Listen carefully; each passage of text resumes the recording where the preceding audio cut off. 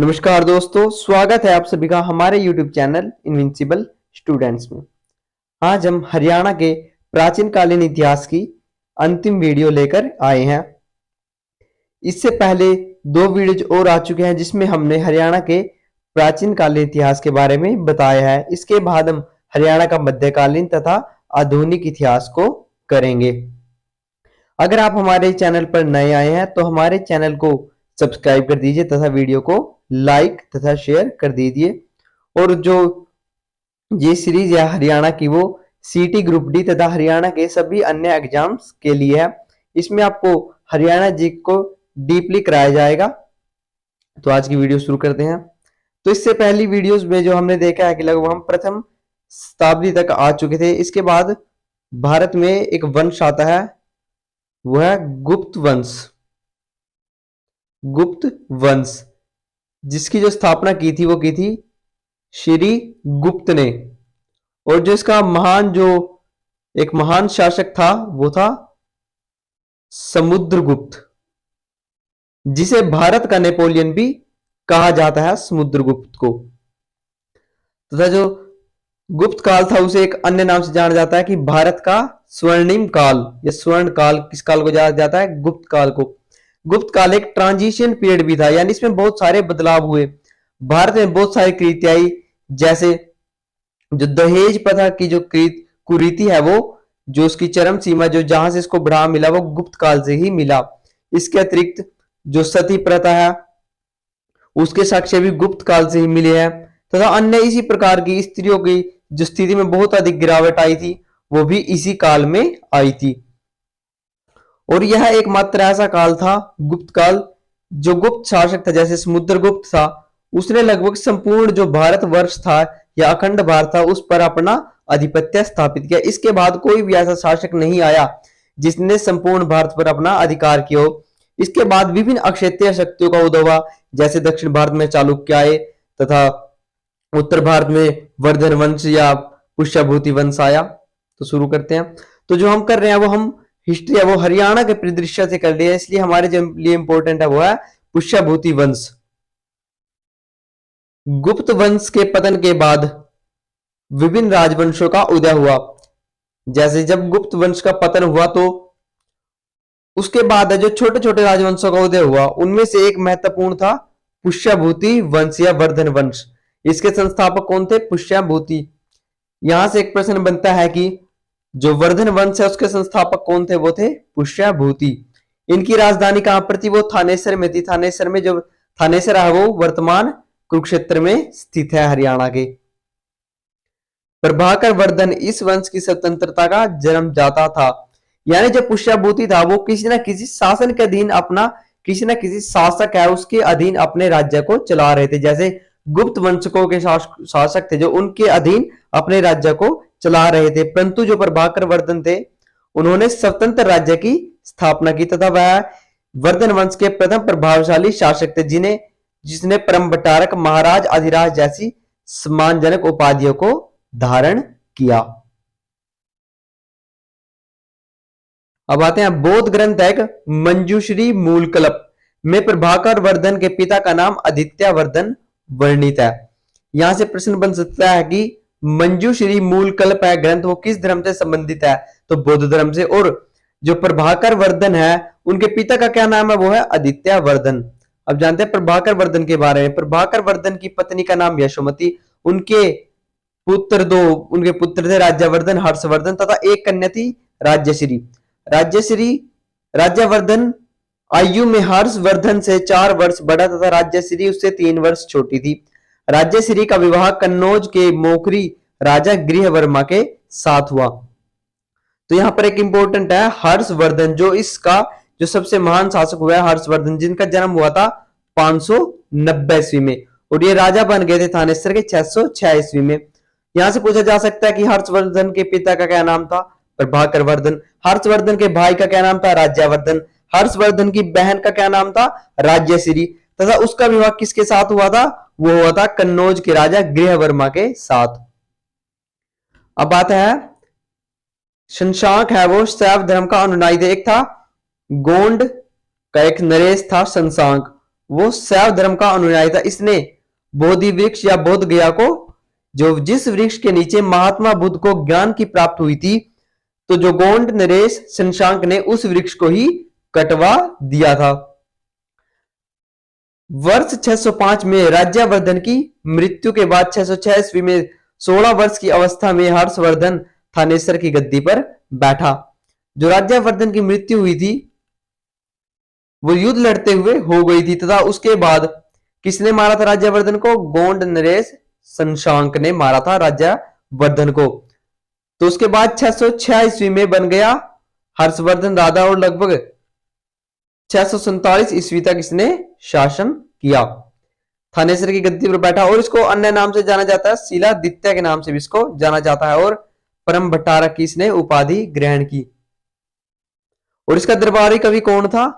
वो था बाण भट्ट, हर्षवर्धन का दरबारी कवि था। अब हर्ष और शशांक के बीच निर्णायक युद्ध होता है, तथा हर्ष है जो वो शशांक को पराजित करके कन्नौज पर अधिकार कर लेता है। जो शशांक था ना, उसने जब राज्यवर्धन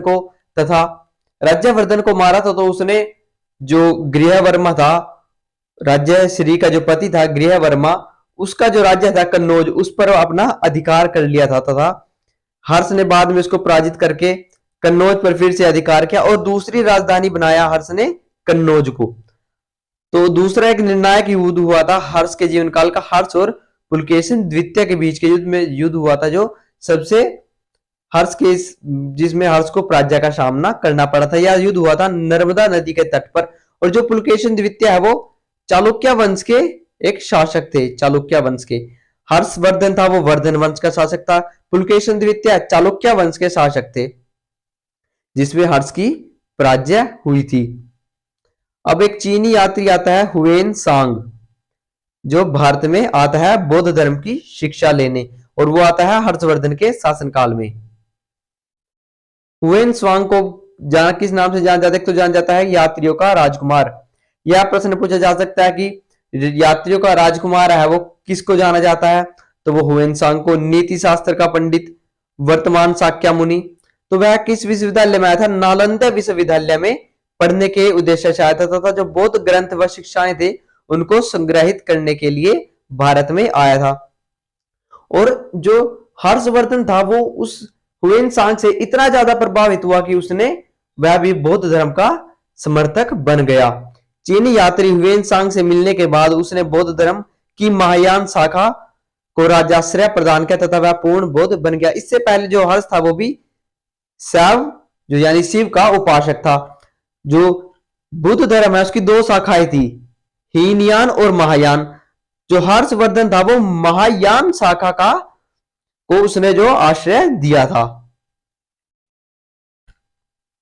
अब राज्य हर्ष के समय नालंदा महाविहार महायान शाखा का केंद्र था। जो हीनयान शाखा है वो जो दो शाखाओं में बटा था, हीनयान और महायान। तो जो सबसे ज्यादा समर्थन मिला है वो बुद्ध धर्म की महायान शाखा को ही मिला है। हर्ष के समय प्रयाग में प्रति 5वें वर्ष एक समारोह आयोजित किया जाता था, जिसे महामोक्ष परिषद कहा जाता था। हुएन सांग स्वयं छठे समारोह में सम्मिलित हुआ था। अब आते हैं हर्षवर्धन का एक दरबारी कवि था बाण भट्ट। बहुत ही इंपॉर्टेंट यह प्रश्न है कि बाण भट्ट है वो किसका दरबारी कवि था? हर्षवर्धन का। तो इसकी रचनाएं हैं दो, हर्षचरित और कादम्बरी। अब हर्षचरित है वो लगातार एचएसएससी पूछती रहती है कि जो हर्षचरित रचना है वो किसकी है, तो वो बाण भट्ट की, और अन्य रचना उनकी कादम्बरी है। और जो हर्षवर्धन की रचनाएं हैं वो है प्रियदर्शिका, रत्नावली और नागानंद। ये हर्षवर्धन की 3 रचनाएं हैं। एक कवि हुए हैं धावक, उनका कहना है कि हर्ष ने ये रचनाएं नहीं लिखी है, तीनों नाटक जो लिखे हैं वो किसी अन्य कवि द्वारा लिखे गए हैं। अब हर्षवर्धन है उसको एक जान जाता है कि अंतिम हिंदू सम्राट, यानी एक अंतिम हिंदू ऐसा शासक था जिसने संपूर्ण भारतवर्ष को प्रभावित किया तथा उस पर आधिपत्य किया। वह न तो कट्टर हिंदू था और न ही सारे देश का शासक था। मैंने बताया कि उसको नर्मदा नदी के किनारे पुलकेशिन द्वितीय ने रोक दिया था। हर्ष के अधीन शासक महाराज अथवा महामंत कहलाते थे। यानी मैंने आपको बताया था कि जो गुप्त वंश था, गुप्त काल एक ऐसा काल था जिसमें संपूर्ण भारत को एक भौगोलिक और राजनीतिक अखंडता प्रदान की गई। उसके बाद जो अक्षेत्रीय शक्तियों के रूप में विभिन्न जो वंश है उनका उदय हुआ, उनमें से कोई भी इतना शक्तिशाली नहीं था जो संपूर्ण भारत पर अपना आधिपत्य जमा सके। अब आते हैं कुछ अन्य राजवंशों की तरफ। प्रतिहार, तोमर, चौहान वंश है जो हरियाणा में उनका आधिपत्य, यानी ये वंश है इनका जो भी कुछ, इन्होंने भी हरियाणा के कुछ भागों को प्रभावित किया है। प्रतिहार को हम गुज्जर प्रतिहार वंश के नाम से भी जानते हैं। मालवा का जो एक शासक था नागभट्ट प्रथम, गुज्जर प्रतिहार का संस्थापक था। तो जो ये वंश है इनके संस्थापक एचएसएससी पूछती रहती है, जैसे गुज्जर प्रतिहार का संस्थापक कौन था? नागभट्ट। गुप्त वंश का श्रीगुप्त। वर्धन वंश का पुष्यभूति। तो इस प्रकार है जो एचएसएससी ये प्रश्न पूछती है। और नागभट्ट ने हरियाणा को अपने अधीन कर लिया था। तो नागभट्ट किस वंश से संबंधित है, यह प्रश्न भी पूछा जा सकता है, तो गुज्जर प्रतिहार से। अब जानते हैं तोमर वंश के बारे में। दिल्ली नगर की स्थापना तोमर नरेश अनंगपाल ने 11वीं सदी में की थी। यानी दिल्ली की स्थापना किसने की? अनंगपाल ने 11वीं सदी में। जो किस वंश का शासक था? वो तोमर वंश का शासक था। अब आते हैं महमूद के आक्रमण। 1712 में जो भारत पर जो सबसे पहला इस्लामिक आक्रमण हुआ था वो हुआ था मोहम्मद बिन कासिक का। वो कब हुआ था? 712 ईस्वी में, जिसने भारतीय भूमि पर दावा बोलकर सिंध में इस्लाम का झंडा गाड़ दिया।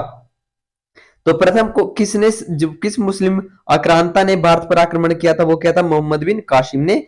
तो वो उसने कहां तक किया था? सिंधु नदी तक, परंतु वह यहीं रुका रहा।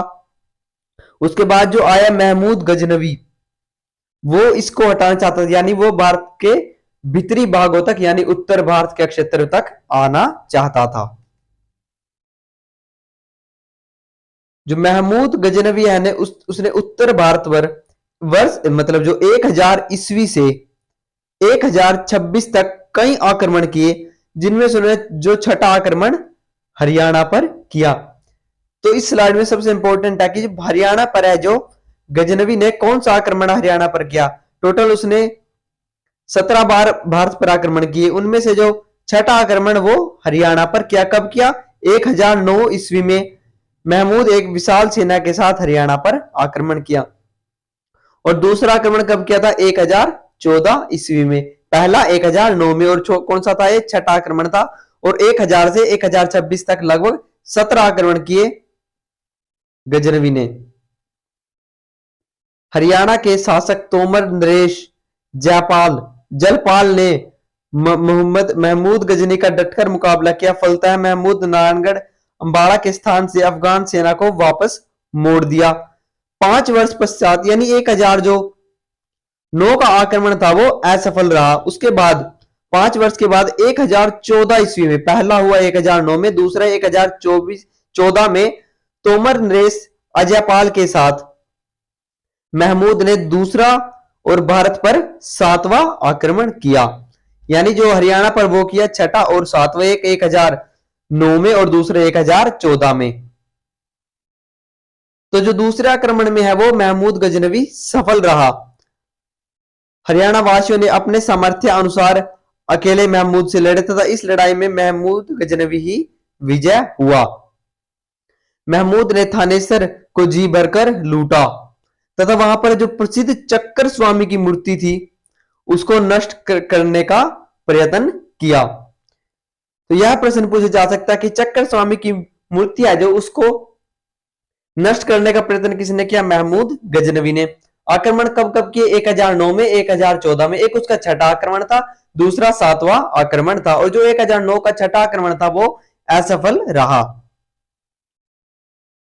अब जो महमूद है उसकी मृत्यु के बाद उसका पुत्र आता है मासूद, जो कुछ समय पश्चात आक्रमण करना शुरू कर देता है तथा थानेसर पर कब्जा कर लेता है। उसकी मृत्यु के बाद उसका पुत्र मादूद उस क्षेत्र पर अपना आधिपत्य करता है, परंतु हरियाणा के तत्कालीन तोमर शासक कुमारपाल देव ने 1021 से 1051 जो इसका शासनकाल था या इसका जीवन वर्ष था, वर्ष में 1043 में थानेसर में मदूद को अफगान सेना को हराया तथा इस क्षेत्र को आजाद कराया। तो कब कराया गया आजाद इसको मदूद से? 1043 ईस्वी में। किसने कराया? कुमारपाल देव ने। अब देखते हैं, एक शासक है अनंगपाल द्वितीय। तोमर वंश का महत्वपूर्ण शासक है एक अनंगपाल द्वितीय। वर्ष 1051 में कुमारपाल देव के बाद आते हैं अनंगपाल द्वितीय। तो 1043 में जो कुमारपाल देव थे वे मदूद को हरा देते हैं और थानेश्वर को मुक्त करा लेते हैं। उसके बाद आते हैं अनंगपाल द्वितीय। 1052 ईस्वी में अनंगपाल द्वितीय ने मेहरौली की जो लोहे की लाट है उसको दिल्ली मंगवाकर वहां पर गड़वा दी। और जो दिल्ली के बाहर जो सूरज कुंड है, जो वर्तमान कहां पर है? हमारे फरीदाबाद में, जहां हर्षवर्ध है वो हस्तशिल्प मेला लगता है हरियाणा का, जहां तो उसकी स्थापना किसने कराई थी?